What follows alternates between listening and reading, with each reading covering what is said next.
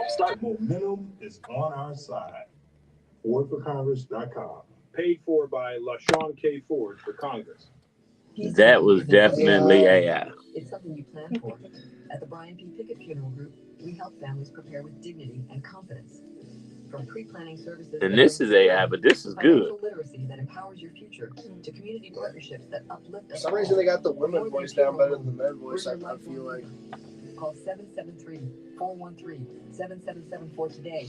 And let's start. I just don't get how AI, it can't sound like how it doesn't sound supernatural yet, because they listen to our voice every time we talk into our phone.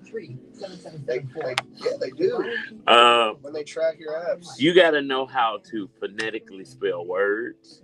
You got to know how to space them. But even like if you spell it wrong, like phonetically, if it's wrong, but it will sound better, you're saying. Right, because Latricia ain't Latricia in the commercial. L-A-T-R-I-S. You got to spell it to make sure it pronounces it right. Then you got to make sure your commas and periods in the right spot, or the slow.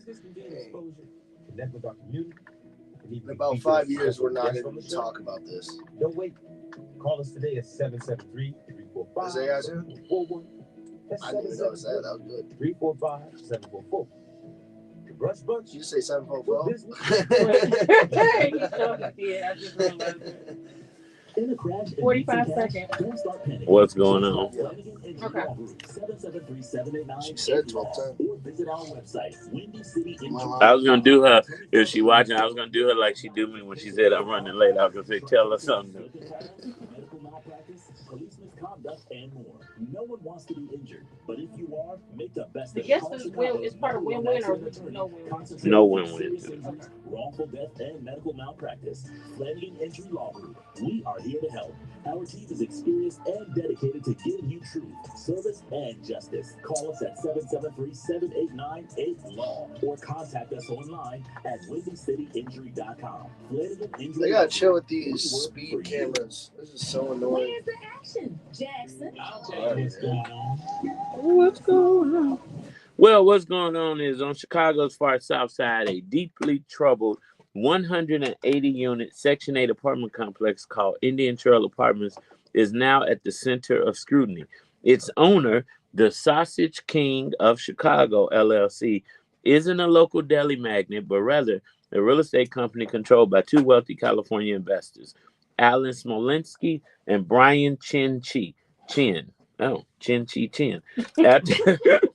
After purchasing the complex,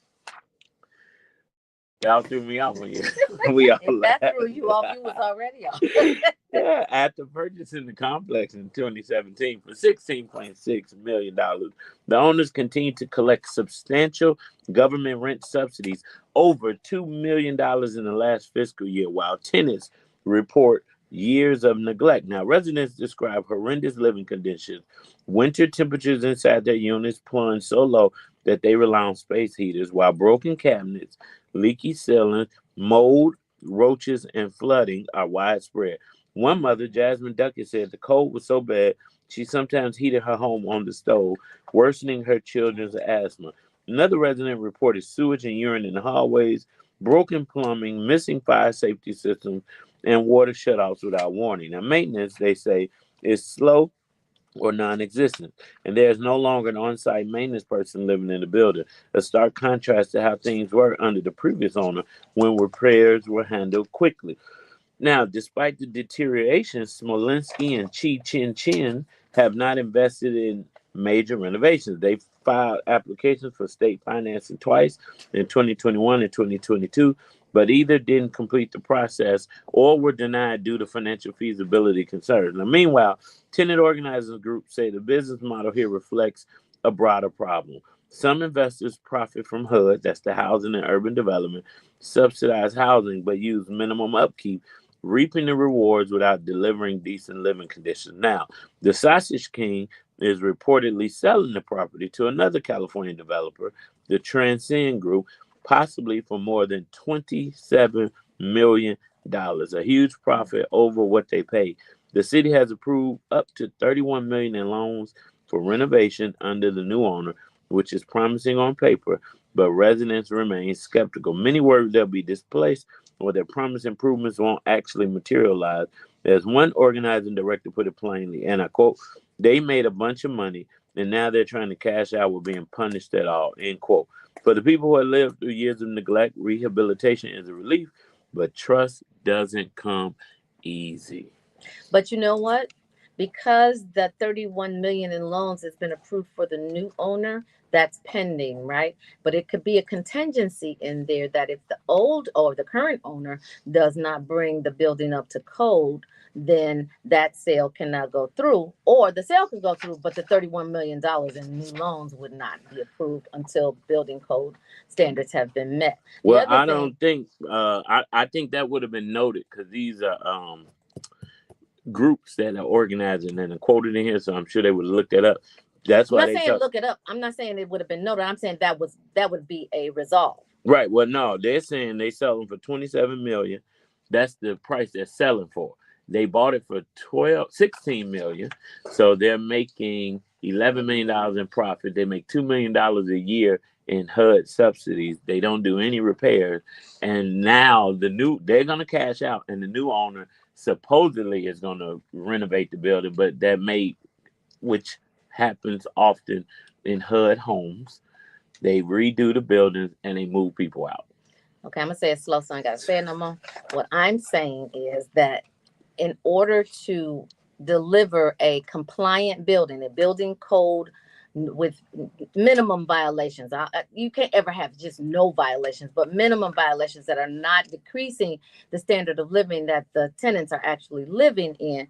Because it's so much government money, they can put a contingency. They being who's giving the loan, city. The city I'm gonna say it slower for you. The city has approved 30 million in loans for renovations under the new owner, meaning it don't matter. This old owner could say, "I could sell my trash building. You do real estate without any repairs when you're paying cash and you're not buying it with a loan." This is renovation money, so they're saying their issue is these guys are cashing out. And no penalties, no penalization. But the penalty would be if you made the contingency that the current owner had to bring the building code before the sale. That's what I'm saying. I know. So that's a hypothetical situation. I'm saying this advocacy group would have looked into that. That's why they're fighting. The whole point of this is these slumlords are cashing out. They make $2 million in HUD subsidies a year. The people live in horrendous, and now they just gonna walk away. And I get what the sentiment is. I'm solution based, so I was talking about the solution. However, when you all move out, when you find like how many people this is a 32 unit? No, this is a 180 unit. When all 180 of them move out, it's going to devalue that entire building, and so this new owner would have to find all new tenants, right? And when you are in a HUD building, where were the inspectors that were supposed to be making sure? Therein lies the real issue. Yeah, the profit is just one issue, right? The real issue, and then here's the deal too. The issue is it's twofold because it's the HUD. It's about threefold because 180 units. That's HUD, a lot of people. It's the city. Like, where were the city building? Like, literally, when you open up a daycare center, you get a flood of discipline. So you got HVAC, you got electrical, plumbing. Everyone comes out to make sure before you open that you are compliant. Then they come out periodically. It could be semi-annually, it could be annually, it could be biannually. But before you get your new license, you don't have to do that. You don't real estate. Do that with residential. However, that's the issue. However, you still are supposed to. The city is still supposed to go and inspect buildings if there have been some complaints that have been lodged, right? So where were those? Chicago. Well, no, not necessarily. The issue is this: we report on stories like this. Think of the lady, the slumlord, who the city finally had to sue, and now she had to liquidate like 500 properties that she owned. Didn't do anything with them. They put them up for auction recently because she was just a slumlord, and she owned over 500 buildings, vacant land. She was void of color, and she just bought all these properties on the south and west side. And you think when you live in the community and, I walk down the street and see a building that's been boarded up and you're like, won't they do something? And you can't find the owner. It's somebody like the Sausage King of Chicago. Well, he should get a new name. Well, right, because he's not even in the meat industry. But the issue here is 180 units mean that's 180 families. If the situations are so deplorable and they haven't left, that means they don't have the means to leave. I want him on the issue. show. I want the Sausage King on the show. I hope it's not because of the nickname. Well, listen, stay focused. So the point, so that's one fold. The second thing is, now this is something, and I hate to say this, because I don't want to sound like a Trump supporter. But this is something the Trump administration is talking about. These type of things. HUD paying Trump's father used to do this exact same thing. I know, but I'm saying the current administration is saying they have so much spending on, fake people getting food stamps and the healthcare system being rigged and they paying for something. No, they're right about that. And now, and the educational system is overcharging students. And now, look at this, $2 million a year. And if you're getting HUD money, inspectors on the city and federal level should be coming out a little bit more like they do daycare centers, because they all complain. All 180. All 180, and I went through the list of all of the issues that they talked about, from sewage and urine in the hallways. That would be it for me. You could rape me with a mouse. You could steal my car with a roach. Like Rape literally. You? Okay. Literally. I can't do it. Like I cannot do the vermin. So to have that in your hallway that you and your children have to pass by for entering and exiting your own unit, that's deplorable condition. Broken plumbing, missing fire safety, water shutoffs without warning, no maintenance. So the issue. But what they shut the water off for if they weren't maintaining it? Who knows? Maybe they didn't pay a water bill. That part. That could be it, because they saying shut. So it's a lot of issues, but this is something I think, the city, and hopefully, we got a great new mayor in office. And I believe if this comes to his attention, we should see how this will unfold. If it came to our attention, you think it didn't come to his attention? He's probably on it right now. But see, where it becomes unfair is businesses that are highly regulated, like restaurants and childcare facilities, that if you don't fix it almost before the inspector leaves, they're fining you, they're penalizing you, they're threatening to shut you down and close your doors. But then for years, this Sausage King gets to operate and impact people's lives, people's families' lives, and still profit from it. And it could be the overplay for the underplay, because the article said that they've applied for subsidies from the state, but either A, did not finish the process, or B, got denied. Both of them separately for this property.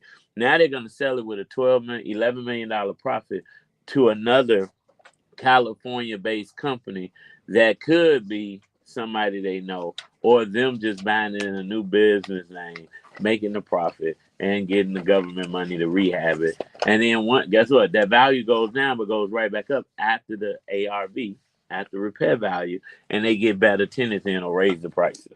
Well, I don't think these tenants are bad. I mean, when I say better, I mean in terms of business better, as in higher paying tenants, because you got a higher quality apartment.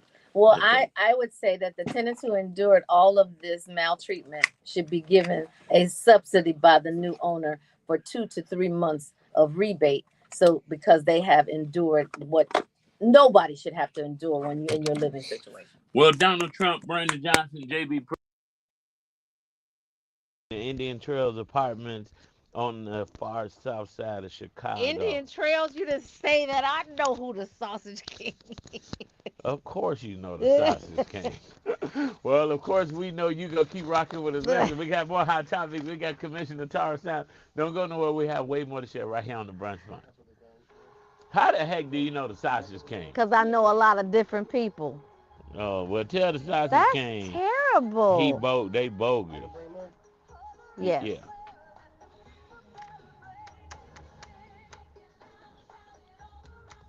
What's up, people? Hey, Pam, Cartier. Tammy knows the Sausage King, y'all. What are the odds? I know, right? I mean, I don't. The sausage Like, we're king not. ain't gonna be at Thanksgiving dinner, is it? I was gonna say, like, we're not friends like that. I just know who he is. But that's not the point. The point of the matter The is. sausage king is bogus. Oh man, what's up? Oh, new hair color. It's Fab, girl. How are you? Hey, where you how been? are you? Good. How's the baby? Oh, where's school? Good. How's your wife? Is that Hanging an in there. HBCU? Don't Yes, take that's our what I thought mic it was. this time. Look, I brought it back. What's up, man? Did you get my text? Yes, sir. Yeah, right. I said he come about. I'm in town. Can we kick it or something? I said you should be coming to work. You here for the week? Come back to You supposed to jump right back in, man. Don't nobody want to come You on still work vacation remote? and work. You look pretty, star. Next summer.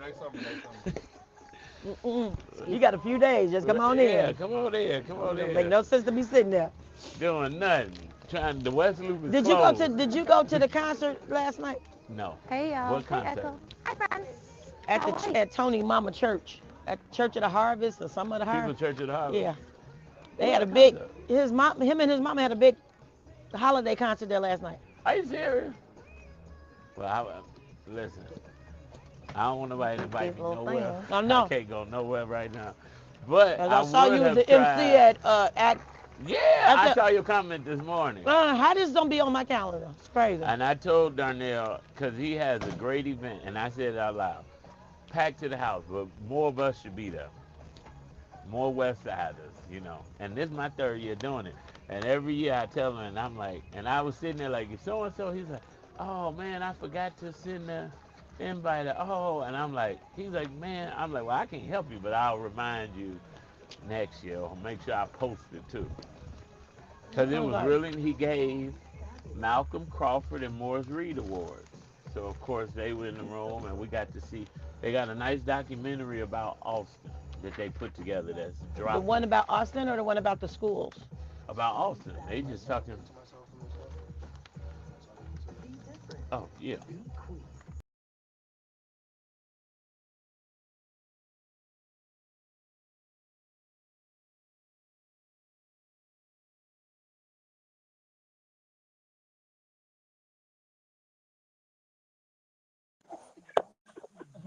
The testables. You used to be able to go to Marshall Fields and they give you a whole bag of little testables. Yes, I was. You can still do it. I made it. You got testimony. I got testimony. For you, if they've called. For you, I'm her number one customer. No, you're not. Bunny is my number one customer. Who is Bunny? My hairstylist. Oh, it's amazing. She got cologne and perfume. Oh, I need that. And it's long lasting. Because really, I need a new fragrance. You gotta try it. Hey, it's your main man. It's like what Medea said, Kim K. What's happening? Hey, Dr.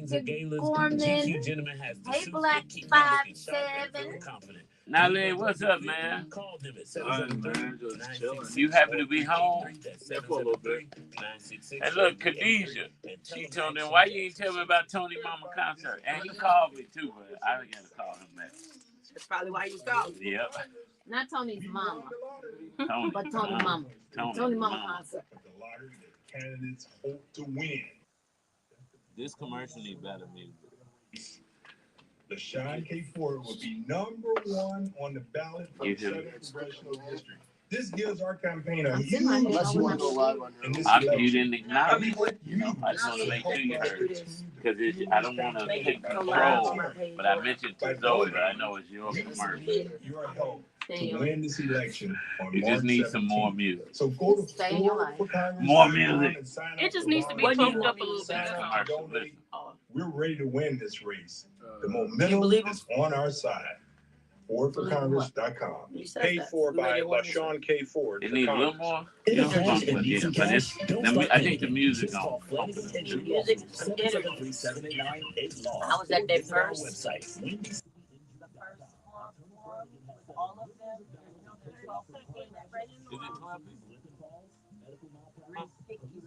Yeah. Never heard of him. Found another Latino man, never heard of him. Found another young white boy, never heard of him. Team is experienced. Keena Collins came back like the cat. Oh, she's back in? Call us at 773-789-8 Keena Collins came back. Law or contact Michelle, us online at wendycityinjury.com. Flanagan Injury Law Group. Boykin. We work for you. And he and Freed and both. Well, this morning on the Brunch Bunch, we're honored to welcome back Commissioner Tara Stamp. She is a Brunch Bunch favorite, an educator, an organizer, and an unapologetic champion for justice. Whether she's fighting for safer communities, uplifting women's voices, or mobilizing action across the country, Commissioner Stamp leads with heart, history, and purpose. She's here today to share an important call to action for women across Cook County. Let's give a big welcome to Commissioner Tara Stamp. I was so energetic. I know. Wait, with the popcorn. You know what? I wasn't gonna say nothing about the popcorn or ever since you brought it up. Can you eat before you get here? Can you just get here? You know what? Shots fired. Shots fired. Shots fired. Just like a South Sider. But back to you. So funny now? This has nothing to do with anything except living. When you say something and somebody says it back, it's always what you say back that gets the energy, right? Right. But Get the ergo shots the fact fired. that you kicked it off. Right. Ergo. Oh, excuse me. You know what? I love you. I love Eat you as more. much popcorn as you I want. thought you might just want to give me some snacks. But Tara, thank you yes. so much for joining us. You are definitely one of our favorite commissioners. Thank you. And you are a working commissioner. I'm not saying that the other ones don't work. I'm saying that you work double time. Thank you for that. I tell everybody I have like 2 part-time, full-time jobs because I'm still the administrator of new teacher development at the Chicago Teachers Union and Cook County Commissioner of the 1st District. And actually, I'm doing both today. Like I take off one hand and throw on the other. But thank you for having me. Thank you for giving me the air and opportunity to share my latest event.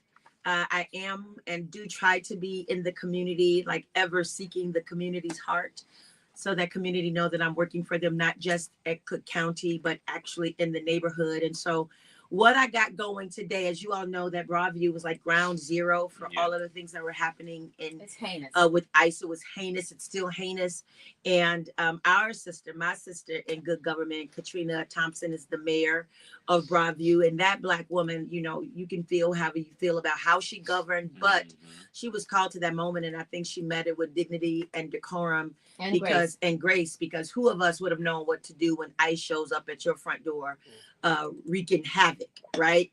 And so I think what a lot of people forgot in that moment is that Broadview is still a predominantly Black municipality. And so she was just really trying to hold it down. And so ever since I took the office, I've just had an unctioning of the spirit to do something with women about really just kind of like standing on the wall for our community. I really do believe that whatever happens in our villages, our towns, our cities, communities, state, country, is going to be what women do or don't do, how women vote or not vote, the actions women take or not take, both in their policy positions and with their purse, right? Like we have to make some really definitive financial decisions about who we're going to support. And we got to really demand that policy reflects us, because if we look at the current policy that's going forward right now from the highest office in the land, it's very anti-woman. And so there's a war has been waged on women as much as it's been waged on the poor, people of color, immigrants. A war is being waged on women, and that does not necessarily get amplified as much, but it's really quite true. Just recently, I just saw an educator reporting out that in this new, very defunct Department of Education, which is completely defunct now, one of the things that they've done is made education, nursing, many women-led industry, non-professional careers. So you can now have a master's, a doctorate, and not necessarily have a degree, right? So you could have a degree, but it just means less now. And so to your point, Commissioner Stamps, I think one of the things that have really resonated with us is the fact that the most educated population in the country right now is Black women. Is Black women. And they've been saying that. And it's almost like the moment that got amplified, the target on our back got bigger. So in so many of these women-dominated industries have been downgraded as a direct threat to Black women in particular, secondarily women of color. A lot of the work that they even farm over from the Philippines and from islands are nurses, right? And so a lot of the schools that they're not funding are nursing programs. Even as I said on Cook County board, and see how many nurses we actually do need, right? Yeah. So we need nurses. I've been pushing for a direct pipeline that Cook County, we need to grow what we need. There's a whole medical school called Crane High School has a medical department. That program should be feeding into Malcolm X that has a medical department that should now be feeding into the medical district. We can really grow what we need. And I think as we continue to see these attacks on women, particularly women dominated industries, we've got to unite and fight back. And so my kind of call to action on Black Friday, which is a women silent solidarity march. We're going to be marching from Broadview Baptist Church. We have the blessing of the pastor there. And we're going to be marching in silence in Black with white scarves, both for just like the darkness of the moment and the light that women bring to this moment. So it's just those kind of like just the position of opposites that I'm trying to amplify. And then when we get to the detention center, we will be doing land rights, but not just for the indigenous land that was stolen that we stand on, but also for the people who were brought over here, my ancestors that were brought over here as slaves, also for the Latine population that have come over. You know, this country was built on the backs of free labor called slavery. The reason that we had the Civil Wars because we had the greatest work stoppage in the history of our country, where slaves started leaving the plantation. And because of that action, then the country had to fall in suit to that action. And that's a bit of that history that we, you know, this country likes to leave out. But we have to remind people of our history because you get power from that. Yep. I further believe that at the intersection of our lived experience of our elders and the wisdom of our elders and the courage, tenacity, innovation, and resilience of our youth is our survival. So we have to be practicing intergenerational democracy and intergenerational conversations, because our ancestors made it over because they had a sense of God, they had a sense of purpose, they had a sense of resiliency. We forget that Black folk didn't always have SNAP. We didn't always have banks that would loan to us. We didn't always have people that would give us money, but we did it anyway. You know, we did Wall Street, Black Wall Street, without anybody's help. We did Rosewood without anyone's help. We had 132 banks at the height of Reconstruction, 132 owned Black banks, because those Black dollars were going into our Black banks. And so a lot of what we've been made to depend on was by intention. This country wanted us to be dependent on those, but if they give it to you, they can take it away. So I think if we take anything away from this moment, it's that to believe that you come from a will not die people, that you come from a folks of resilience, that like that's been the road for the people of soul. And so we got to dig back into that ancestry. But not only that, we got to hold hands across this whole city, country, state, because what happens to one of us directly impacts what happens to all of us. So on Saturday at 10 a.m. at the Broadview Baptist Church, I'm calling women of all ages, all denominations, to march with me in silent solidarity. And when we get to the detention center, we're going to pray and worship. We're going to do land rights, and we're going to pray for the reconciliation and restoration of our communities, and the resilience of our communities, because I think that when women gather, something sacred happens. And so I'm calling women to this moment, because you will do for your children what you won't do for yourself.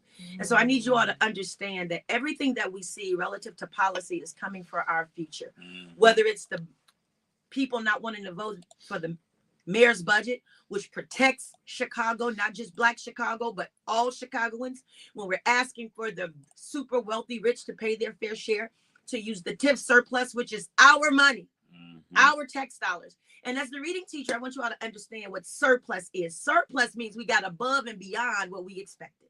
Talk about it. We are in the overflow. We are asking to give to the least of these, to live out of the overflow of what has already been gathered and created, which are the tax dollars of regular, everyday working Chicagoans. And so by investing in our children now, you are investing in Chicago, because people make decisions about where they're going to live and where they're going to send their children based on the education stock. So if you devalue education in the city of Chicago, you're actually dissuading other folk from coming to the city. So a vote for the mayor's budget is a vote in our future. It's a vote for our children. It's a vote that will take the burden off the everyday working Americans in the city of Chicago and put it on those folks who have benefited so greatly from tax breaks and tax discounts that they've gotten from the city, right? So we're just asking for the rich to pay their fair share. I'm asking for women to gather on Saturday on Black Friday, because remember, we're not spending any money anyway. So we want to gather because something sacred happens when women gather, and we're going to go to the detention center and we're going to pray and worship for our city, for our county, for our country, for our children and their future. Wow. Well, listen, you are such an eloquent speaker that you just grab the attention. I'm like, keep going, but then the show will be over. But you said something. The march is silent, which is intentional and spiritual in tone. What does the silence symbolize in the context of the reflection, restoration, reconciliation, and rededication? What it symbolizes is that moment when you are in silence, you are actually in thoughtful communication with your higher power. And I think all of us are required to get silent, to get still, to hear that still small voice. So to block out the noise of the world, to block out the noise of what we are being fed, and to be in solidarity with your other sisters in silence as we prepare. There are in many Indian tribes, before they go to war, they call the women to gather to actually negotiate, because women pay the highest price when our countries and our cities are at war. When we have ICE invading our country and being treated as terrorists in our own country. Our cities at war. Our cities are war. So the government has declared war on just regular, everyday Americans. Black folk who built this country, whose blood serves as the mortar that hold these blocks and bricks together, and immigrant people who have sustained this country, immigrant labor that has sustained this country, from the restaurant that use immigrant labor to the farms that use immigrant labor. This country has the streets of sand has been sustained by that. And so that's one part. The other part is there's a sacredness of silence, right? Mm-hmm. You cannot hear the voice of God if you got too much noise going on outside and inside your body. So I'm calling for women to quiet themselves in solidarity, to be silent in solidarity as we prepare for the work ahead. Because what is going to happen, right or wrong, good, bad, or indifferent, I believe that it's going to be based on what women do or not do. Mm. So Tara, give us the address to the Broadview Baptist Church so that people can actually have where they're going, where they're meeting. Absolutely. So it's 2100 South 25th Avenue in Broadview. The pastor has graciously allowed us to use their parking lot so that women can come and park their cars. We can gather. You can bring pictures of your children. You know, we have a lot. This is not just about the detention center. This is about the harm that has been done to us, period, as women, because women pay the highest cost. We're losing our children in the street. We have a child that was lost just last week. We're losing people right and left to all kinds of things. Homicide, suicide. Black boys have the highest growing suicide rate in the country. Black boys between 14 and 24. Which is unprecedented. Which is unprecedented. So it's not even just about the harm that is happening at the detention center. It is the historic and systemic harm that has been happening to people of color. And I want women to gather because we pay the highest cost. We pay the cost when we lose our children. We pay the cost when we lose our husbands. We pay the cost when they fire unprovoked 300,000 Black women that they force off the rolls of the federal government, who are the highest degreed women, highest earners. So what does that do to all of those families? If your mother is the breadwinner in these single family households, destabilizes them completely. But not only that, you got to look at the bigger picture, which is the big takeover. At the end of all of this disinvestment, destruction, and tyranny is a dollar sign. There are those detention facilities are privately owned. Many of our prisons are now privately owned. Yeah. If the prisons are privately owned, if the detention centers are privately owned, then isn't there a incentive to get them filled? Yeah. And then with that incentive, who has the contract for the pillows? Who has the contract for the toilet paper? Who has the contract? I just wish we had that same energy to get these schools filled. You see what I'm saying? Yes, exactly. But they could get the schools filled, but there's a reason why the schools are not filled. That is systemic and it is intentional. And it is diabolical because they know, and as Westsiders, we see that housing stock going up. We see them pricing us out. We see the gentrification that's happening. But we also have some. Austin High School is what should have historic status. Austin High School is one of the first high schools in the city, and it was the first high school to be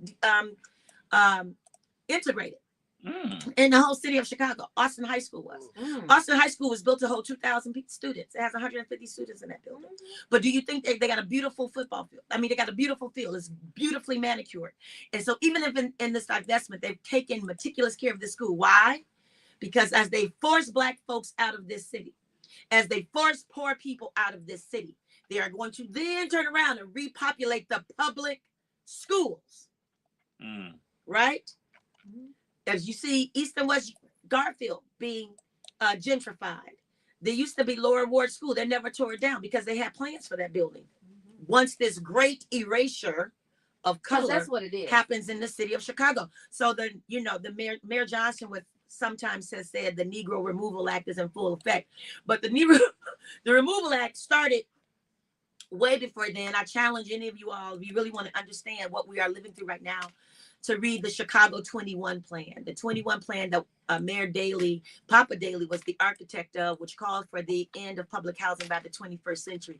And if you follow the falling of the domino, you will see that when they destroyed and took down the projects without a plan of relocation of where those families were going to go, what happened thereafter, the increase in violence that happened throughout the communities, because we know that Chicago is built on gang territory. And I don't just mean Black gangs. I mean Black gangs, Hispanic gangs, Korean gangs, Japanese gangs, Chinese gangs, and dare we say Russian gangs, Polish gangs, and the mafia. Yes. Right? So Chicago is a gang town at its DNA, right? And so we've separated communities by these invisible lines that we dare not cross. And so we're living in a moment right now where those lines want to be realized. We understand what has happened with redlining, and even as Black folks try to pull themselves up by their very bootstraps, we keep getting snatched away from our progeny, from our prophecy, from everything that we know we're not only working for, but it's the intention of God, because we are the soul of America. Yes. Black folk are the soul of this entire country.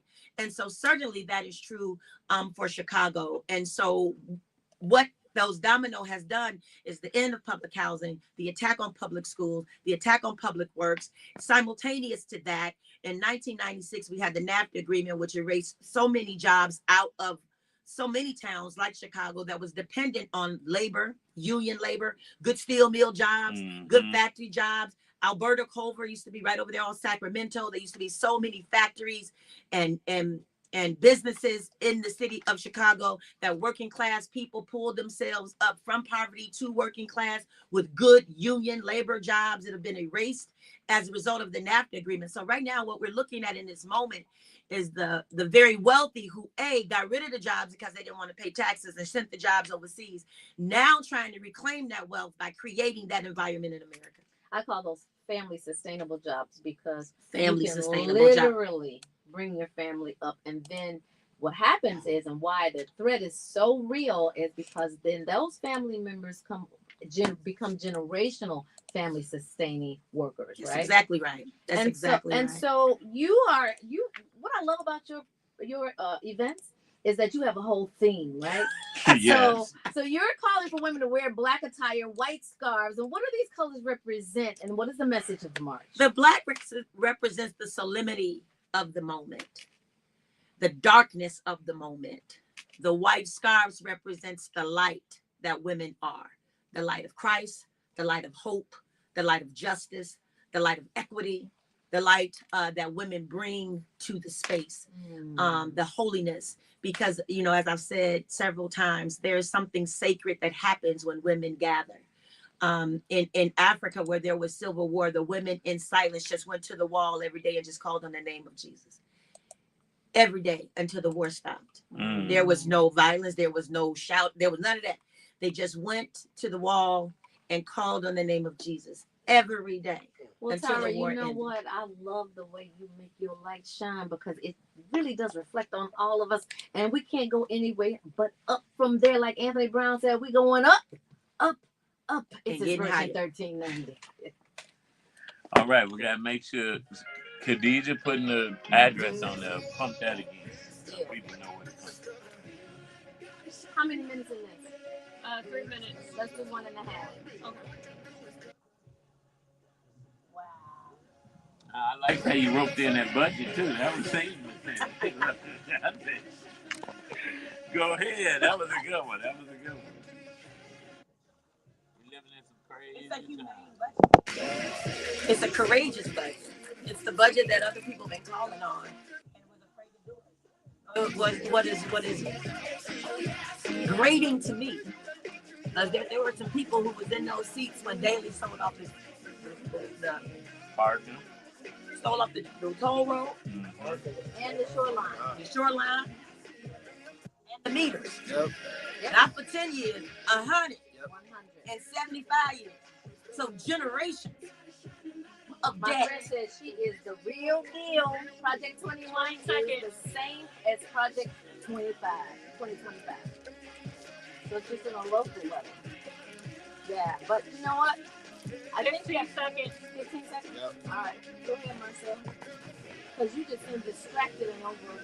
I was listening to the intent. Yeah. 5, 4. I know everything she said. We're going live. We're going live. You're rocking with the Brunch Bunch right here on Inspiration 1390. It's your main man, Action Jackson. And let me tell you, I thought I needed prayer, but every time I get in this seat with Tammy, I need even more prayer. You mean the 4 times you get in this seat? You know what? Oh, Lord.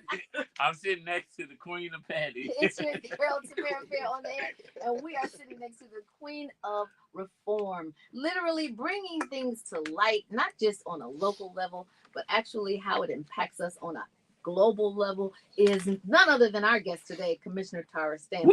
And yes, she is doing her thing yet again, because when you want to see change, you better be a part of that change. So it's all going down on November 28th, Friday, 28th. Black Friday. Yes, it's the real Black Friday. It's the real Black Friday. We are not shopping. Nope. We are not shopping. We are healing. We are healing, because we got to make our purse and our policies be in alignment. That's right. And so if you want to make sure that you're voting, and when that opportunity comes to vote, you want to be on the side of right, because history will bear this out. So please join me. And I hope hundreds of women of all ages, all hues, all ethnic groups, because something sacred happens when women gather at 2100 South 25th Avenue in Broadview. There will be parking. We're going to park our cars and get ourselves together. There will be some signs, but you are free to make a sign, bring a sign, pictures of our fallen children, our fallen people, whether it's from victims of police brutality or other harms that have happened in our country, in our city, or if it's relative or related to immigration. We want to lift up our children, family, and loved ones, and we want to call for restoration, healing, and reconciliation. We want to give land rights, because we understand that we are living and walking on stolen land. That's it.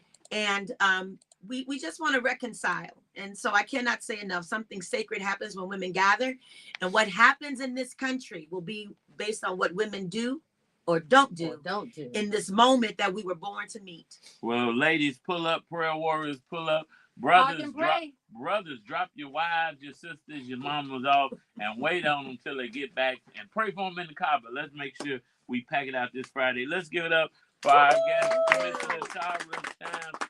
Listen, we are out of time, but we're never out of content. We encourage you to take heed to what you heard here on the show today. And if you didn't hear it, call your alderpersons and let them know that you want them to support this budget. Vote yes for the Vote budget. yes. It is a humane, courageous document. And remember, this is about the surplus. Surplus means over and beyond. That's it. And so we are not going to be over and beyond time. We encourage you to keep Love 24 alive. Tell someone that you don't know that you love them. Tell someone that you do know that you love them. Love will begin to spread like a wildfire. Tamara Fair on the air. I love you. I love you too. But tomorrow, I love you all. We love you. Yo, tomorrow I want you guys to go and look at our list of approved vendors. We out. Oh, nice. Oh, send it to me. All right, Facebook. See you all. Guys, thank you so much. Tony, thank you so much. I missed you not coming on. You guys, this is the Tuesday right before the Thursday Thanksgiving. Remember, we are not spending on Black Friday. It is the real Black Friday. The real Black Friday is spending with your own. All right, guys, let me tell you something. If Tyler Perry can do it, if he can become a billionaire off of black dollars, I can say that everyone who is a business owner can follow in his blueprint.